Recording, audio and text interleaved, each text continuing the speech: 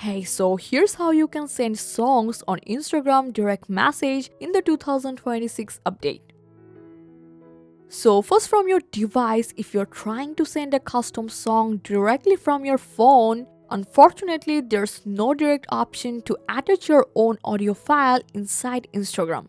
But don't worry, Instagram has an update built-in music sharing feature. So for that, you just have to open up your Instagram and go to your direct message folder. Now choose the person you just want to share the song with, and now from this add stickers, you will get this cross button. Just hit on it and here we'll find this music option.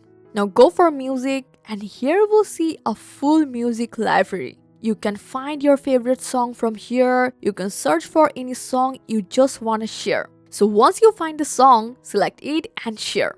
And see, the song is sent successfully.